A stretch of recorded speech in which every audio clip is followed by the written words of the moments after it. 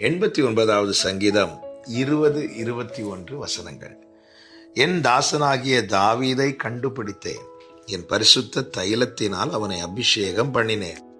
என் கை அவனோட உறுதியாயிருக்கும், என் புயம் அவனை பலப்படுத்தும். கர்த்தருடைய பரிசுத்த நாமம் மகிமைப்படுவதாக. தாவீதை கண்டுபிடிக்கிறார். கர்த்தருடைய கரம் தாவீதை பிடிக்கிறது, கர்த்தருடைய கரம் அவனை பலப்படுத்துகிறது. 1 நாளாகும் 29 தாவீது இப்படி சொல்லுகிறார், எவரையும் மேன்மைப்படுத்தவும் பலப்படுத்தவும் உம்முடைய கரத்தினாலே ஆகும்.